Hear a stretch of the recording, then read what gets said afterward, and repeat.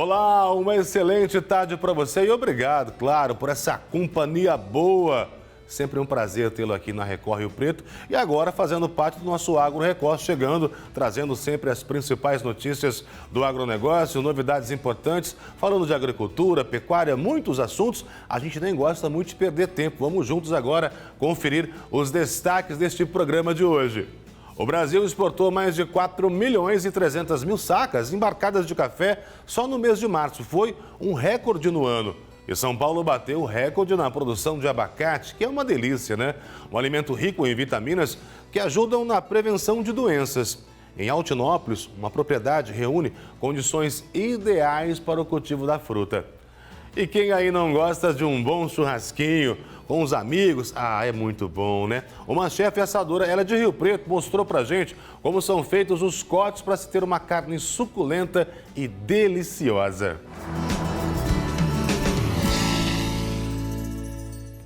A gente inicia aqui o nosso agro falando de exportações. O Brasil exportou um volume recorde de café só no mês de março agora.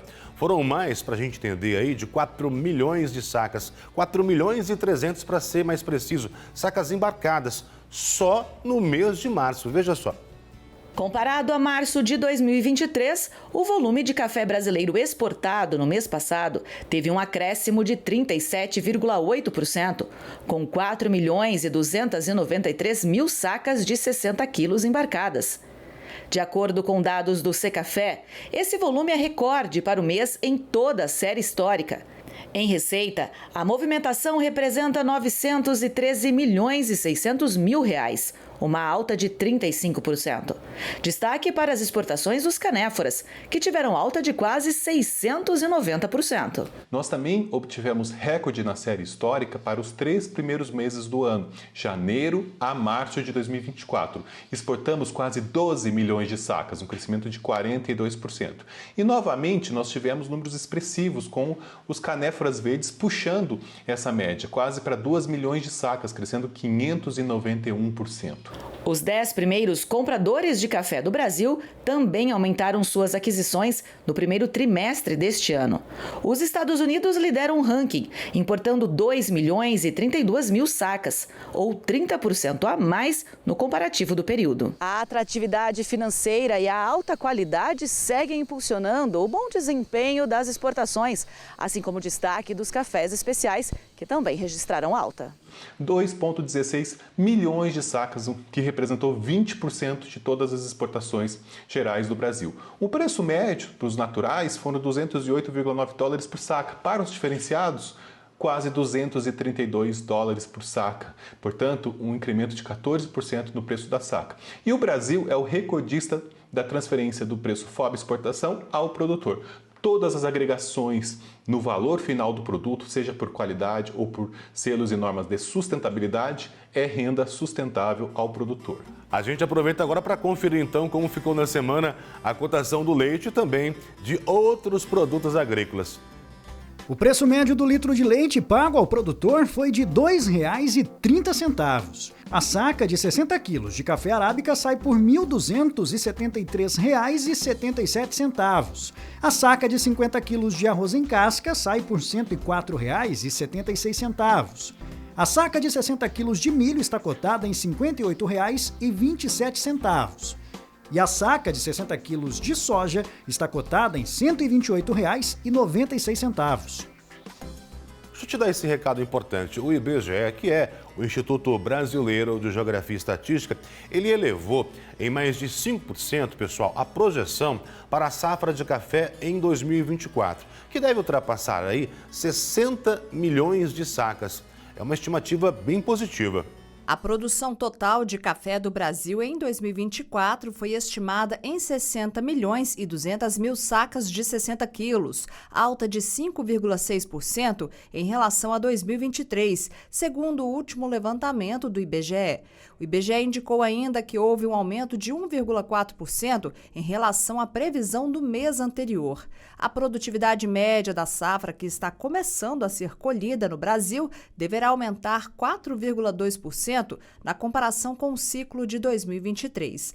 Para o Instituto, a produção de café arábica foi estimada em 41.200.000 sacas de 60 quilos, aumento de 4,5% na comparação com o ano passado. Embora nos últimos anos problemas climáticos tenham colaborado para a inversão da bienalidade em algumas lavouras, o IBGE aponta que, de maneira geral, vai ser um ano de produtividade positiva do ciclo do arábica. Para o café canéfora, a estimativa da produção está em 18.900.000 sacas de 60 quilos, aumento de 8,1% em relação a 2023, resultado dos crescimentos de 6,2% no rendimento médio e de 1,8% na área colhida. De acordo com o CPEA, alguns produtores de Rondônia já começaram a colheita da safra de robusta e no Espírito Santo as atividades devem começar até a próxima semana para o Conilon. O CPEA apontou que para o arábica a colheita deve começar em meados de maio, embora a Fundação Procafé aponte antecipação na colheita em Minas Gerais. De maneira geral, todas as regiões houve essa antecipação, vai haver essa antecipação na colheita, né? A maturação chegou mais cedo. Na região mais alta do sul de Minas, como aqui em Varginha, região um pouco mais alta, demora um pouquinho mais. A região da Bacia de Furnas, como a região mais baixa, um pouco mais quente, já tem cafeicultores iniciando a colheita. As matas de Minas, a mesma situação, as regiões mais baixas daquela região, abaixo de 600 metros de altitude, por exemplo, muitos cafeicultores também já iniciaram a colheita por conta de ser um pouco mais quente e antecipa ainda mais a maturação. Normalmente a gente começava ali meados de maio, iniciar uma colheita mecanizada. Esse ano aí talvez a gente deve antecipar isso uns 15 a 20 dias, talvez em algum lugar até um mês, antecipar essa colheita. O que a gente não via em anos anteriores. A gente esperava mesmo ali meados de maio, tem alguns locais até início de junho para antecipar essa colheita aí. O nosso agro faz um rápido intervalo e é rápido mesmo. Vai lá tomar um golinho de água, se está almoçando, vai lá dar uma reforçadinha no prato e na volta vou te falar que São Paulo bateu recorde na produção de abacate, que é uma delícia, né? Em Altinópolis, uma propriedade reúne condições ideais para o cultivo da fruta que é cada vez mais consumida pelos brasileiros.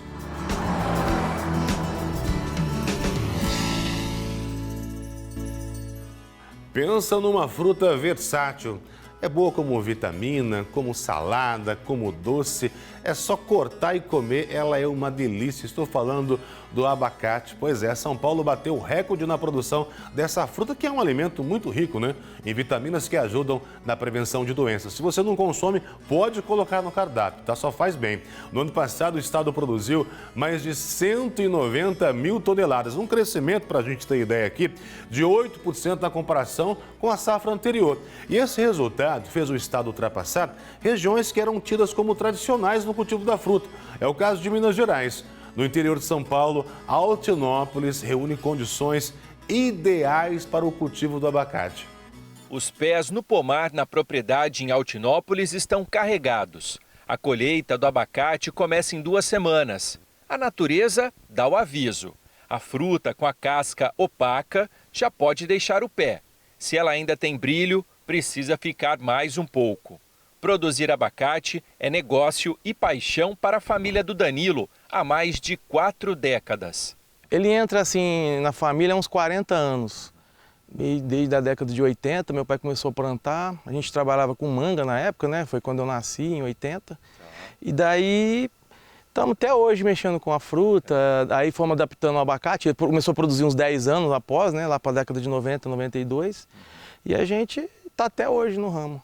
A área plantada tem 17 alqueires. A expectativa é colher 260 toneladas entre março e agosto, período da colheita do abacate da qualidade Fortuna, que já tem destino. A gente carrega ele aqui nos caminhão, caixa plástica, e manda para São Paulo, Rio, manda muito para o Nordeste, manda para o Sul. Então a gente distribui praticamente o Brasil todo, menos Centro-Oeste, que ainda não tem muito consumo, né? Até tem, mas não tanto. O custo da produção fica em média R$1 e a venda R$1,50. Na propriedade são produzidos 3 tipos de abacates. O quintal, mais comprido, o Fortuna, com formato mais achatado, e o Margarida, redondo. São Paulo produziu mais de 190 mil toneladas de abacate no ano passado, um aumento de 8,5% na comparação com a safra passada. Esse resultado colocou o estado à frente de regiões tradicionais do cultivo da fruta, como Minas Gerais, Espírito Santo e Paraná. O engenheiro agrônomo diz que a região de Altinópolis reúne condições ideais para o cultivo do abacate, como a altitude, por exemplo, o que garante a qualidade da fruta. A altitude que a gente tem, né? A gente consegue escalonar a colheita aqui de abril até julho, mais ou menos, dependendo da condição do ano, né? Muda de acordo com o ano, pela questão de, principalmente a variedade quintal, por exemplo, o quintal tem uma suscetibilidade a alterações brutas de temperatura, aí tem um abortamento. Então dá-se preferência de colher o quintal e depois o fortuna, que ele tem condições de período maior de colheita. E pela precipitação da região de Altinópolis, a questão de temperatura média anual aqui, é uma condição legal de ter a cultura do abacate.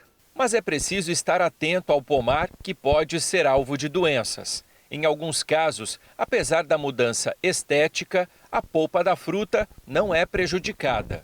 Isso aqui nada mais é que a verrugose, né, ou famosa sarna, né, causada por um fungo. Mas ela, da questão do abacate, é mais questão de estética mesmo. Agora, uma outra situação que às vezes a gente acaba encontrando é essa aqui, ó. O que é isso? Isso aqui nada mais é um dano, principalmente esse ano que a gente teve uma incidência maior, né, da safra do ano de novembro até fevereiro. Agora a gente teve picos de alta temperatura, né, onde tivemos semanas ali que atingimos temperaturas recordes, né, principalmente no mês de novembro, né. Nada mais é que isso aí é um dano causado por queima do sol. Sol, então? Isso. Também não tem nenhum problema se por acaso eu achar no supermercado algo assim? Já nesse caso, acaba onde está a queimada, acaba madurando mais rápido, né? O abacate já foi o vilão da dieta. Hoje é considerado um superalimento, usado em pratos salgados e doces. A fruta é rica em vitamina E e gorduras boas, que ajudam a prevenir doenças do coração. Pesquisas também apontam que o ácido oleico, um dos tipos de gordura, aumenta a saciedade. O óleo extraído da fruta também é usado na produção de cosméticos. O consumo do abacate no Brasil ainda é considerado baixo. Segundo o IBGE, menos de 2 quilos por ano, enquanto no México chega a 7 quilos e nos Estados Unidos, 4. Quem produz a fruta torce para que o consumo aumente ainda mais. Como abacate todo dia, praticamente, porque eu vou em toda hora, estou em roça, e às vezes vejo um abacate maduro, eu não resisto. Eu vou lá, abro ele e mando para dentro, né? Deu até vontade de comer um abacate, não é verdade? Mas enquanto ele não chega, vamos aproveitar aqui para conferir então como andam as cotações no mercado da carne. A arroba do boi vale em média R$ 232,60. E o quilo do suíno vivo sai por R$ 6,34. Olha só, uma notícia ruim para quem gosta de queijo. É o seu caso? Percebeu que ele está fazendo falta aí na hora do café? O preço não para de subir, já está virando, sim, artigo de luxo para muita gente que está até abrindo mão dele, né? Seja aquele queijinho meia cura, aquele queijo fresco, o queijo da sua preferência na hora do café. Ele está aí? Não está? Por conta disso, está caro demais. Agora tem um detalhe que nos chama a atenção. O leite está mais barato. Mas por quê? Nessa questão aí. O queijo lá em cima e o leite mais barato. Por que o queijo está tão salgado? Um rápido intervalo. Na volta, o Agro Record vai te mostrar uma reportagem deliciosa. Apetitosa, para falar a verdade. Olha essas imagens. Vamos aprender juntos a fazer um bom churrasco. E um churrasco de qualidade, com aquela carne suculenta. Que gostoso.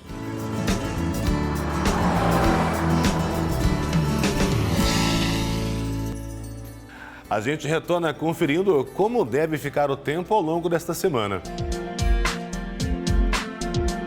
Sol com poucas nuvens e não tem previsão de chuva. Em Rio Preto, as temperaturas devem variar entre 23 e 35 graus. Em Araçatuba, a mínima é de 22 e a máxima é de 35 graus. E em Presidente Prudente, as temperaturas variam entre 22 e 36 graus. Quem é que não gosta de um bom churrasquinho? Pode ser sozinho, eu não ligo não. com a patroa, com os filhos, com os amigos, bom demais também. Na verdade, o churrasco se tornou uma paixão nacional, né? A gente se reúne, se diverte e come também, faz parte, né? A nossa equipe foi conhecer uma assadora, que é uma chefe também de mão cheia, ela é de Rio Preto. Mostrou como são feitos os cortes para se ter uma carne suculenta ali na hora de fazer o seu assado. Deu, claro, água na boca. Vamos ver a reportagem do Kleber Luiz, que voltou, gente, de pança cheia. Uma tradição brasileira que muda de acordo com a região do país, mas não deixa de ser unanimidade. O churrasco é mais que uma experiência gastronômica, tem se tornado uma celebração entre amigos e familiares. A importância do prato é tamanha que existe até um dia dedicado a ele, 24 de abril, que marca também o dia da tradição gaúcha. Os sulistas passaram a fazer churrasco no século 17, quando se alimentavam do gado deixado pelos colonizadores. E para a gente falar sobre churrasco, ninguém melhor para ouvir do que a Jennifer que está aqui com a gente, porque ela, inclusive, é profissional, chefe de cozinha, mas já faz também churrasco aqui para várias famílias que contratam, e ela vai explicar um pouquinho para a gente, inclusive, a respeito desse corte que ela separou aqui, porque, segundo ela, nada mais brasileiro que esse corte. É isso, Jennifer? É isso. Qual é essa carne aqui? Essa é uma fraldinha, tá? A peça inteira. Eu escolhi ela porque ela é bem brasileira, porque quem deu o nome a esse corte foi Marcos Bassi, um grande açougueiro e churrasqueiro.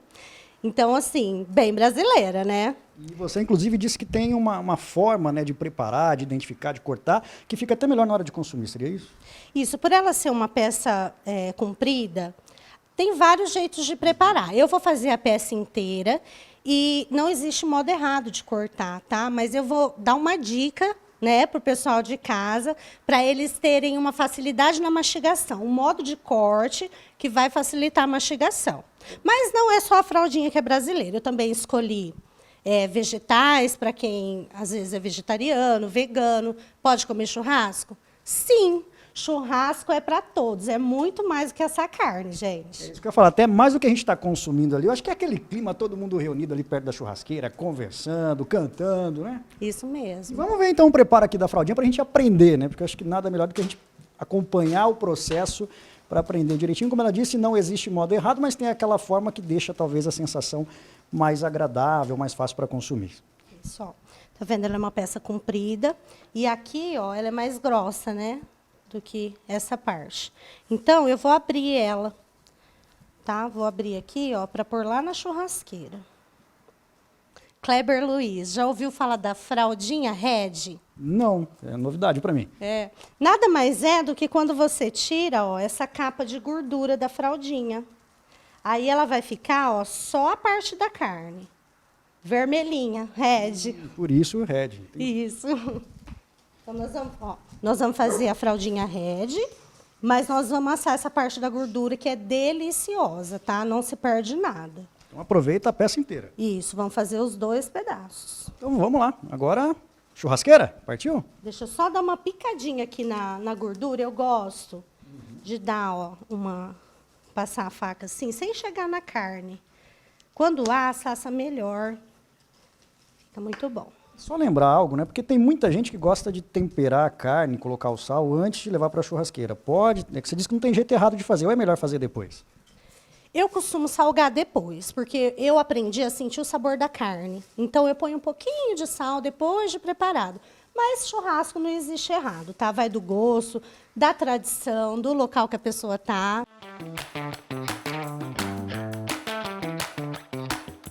Bom, enquanto a gente aguarda aqui para degustar a fraldinha, só lembrar que nem só de carne se faz um churrasco, tem um acompanhamento. Pão de alho, que inclusive eu acho que é unanimidade. Se faltar, é quase a mesma importância da carne para o churrasco, né? Tem que ter, né? O povo brasileiro gosta de um pãozinho de alho. E aí você estava comentando com a gente, tem um segredo também para não queimar, para ficar bom, né?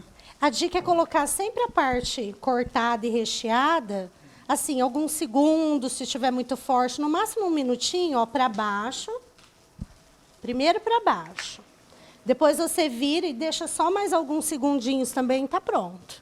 Bom, e chegou aquele momento, né, de degustar, de cortar aqui a fraldinha, vai temperar. E agora, qual que é o segredo? Qual que é a parte agora? A dica. Tá vendo que as fibras dela, ó, são longas e para cá, tá vendo? Então, normalmente a pessoa ia cortar aqui. Seguindo o sentido da fibra. É. Mas vamos fazer assim, vamos quebrar essa fibra, porque aí o dente não precisa quebrar ela. Eu vou cortar a favor, só que depois, ó, vou virar. Em pequenos pedaços. E cortar contra, ó. Agora eu tô cortando contra.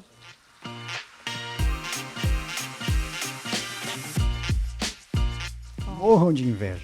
Inclusive, quero aproveitar para agradecer a produção por ter me colocado para fazer essa pauta. Estou à disposição sempre que tivermos assuntos assim, né? Sim, muito bom, né? Bom demais. Olha que maravilha, rapaz. A gente trabalha bastante, mas também, né, tem dias de luta e dias de glória. E o Brasil é isso, né? Se você for do norte ao sul, cada um tem o seu modo de fazer o seu churrasco. Temos aí fogo de chão, churrasco de espeto, tem fumeiro, né, para carne defumada, tem os moquéns. Aqui na nossa área, né, no Sudeste, a gente vê que o pessoal gosta de steak, manta, faz na parrilha, faz na churrasqueira tradicional, faz na churrasqueira de pedra. Não existe churrasco errado. Errado é... não fazer churrasco, né? Não importa a receita, o churrasco cabe em qualquer situação. Laís e Maicon são exemplos disso. Este foi o cardápio da festa de casamento deles. Nada melhor que celebrar um dos melhores dias da nossa vida com o melhor cardápio do Brasil, né? E você tem um corte de carne específico? O que você fala no churrasco não pode faltar? Não pode faltar um pão de alho, um patê de alho. A carne em si, brasileiro gosta de carne, não importa a carne. Mas não pode faltar a linguicinha, uma picanha, né, que é o essencial, um patê de alho, um pãozinho de alho. Para fazer um churrasco, basta estar todo mundo perto aqui. Vamos fazer hoje assim? Aqui a gente tem esse hábito, né? Juntou todo mundo do grupo, bora fazer um churrasco. Qualquer conquista ou qualquer decepção é um motivo para fazer churrasco. Ou para afogar as mágoas, ou para comemorar. Churrasco não precisa ser caro para ser bom. Um exemplo, aqui a gente tem a ponta de peito, super saborosa. A fraldinha também é um preço bem popular. Linguiça, a cafta você compra por unidade. O queijinho coalho, né? Uma bandejinha, um pãozinho de alho, lasca de panceta. Churrasco para todo mundo. Dá para fazer a partir de quanto, assim? Para uma família, vamos colocar 5 pessoas. O pessoal se reuniu ali. A partir de quanto dá para fazer um bom churrasco? Ó, vamos dizer aqui com a ponta de peito, para 5 pessoas, uns 2 quilos de carne, vai sair uns R$60. Tá? A fraldinha um pouquinho mais, mas assim, com R$100 você consegue fazer um churrasco para 5 pessoas tranquilamente. Dividir ali entre a galera fica mais acessível ainda. Eu, inclusive, vou até experimentar. A ponta de peito é essa aqui, né? Isso. Deixa eu experimentar, porque até agora eu só estou falando, né? Então, vamos lá. Bom, ponta de peito, ok. Agora vamos experimentar aqui a fraldinha, né? O corte típico brasileiro.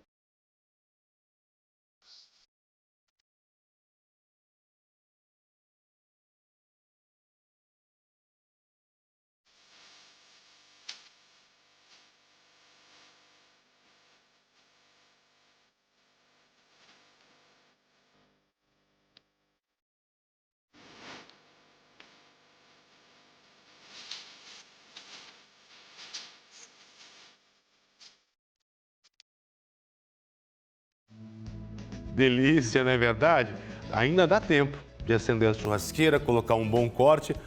Quer esperar um pouquinho, fazer amanhã, domingão? Não tem problema. Vai pensando no cardápio e a gente vai se encontrando na próxima semana. Eu já vou formulando aqui as próximas reportagens. Obrigado demais pelo seu carinho, tá bom? Pela sua participação.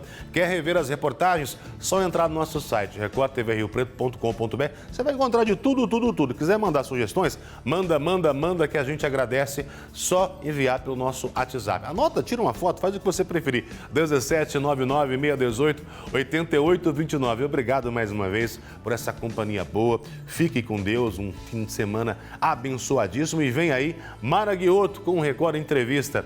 Um ótimo sábado a todos.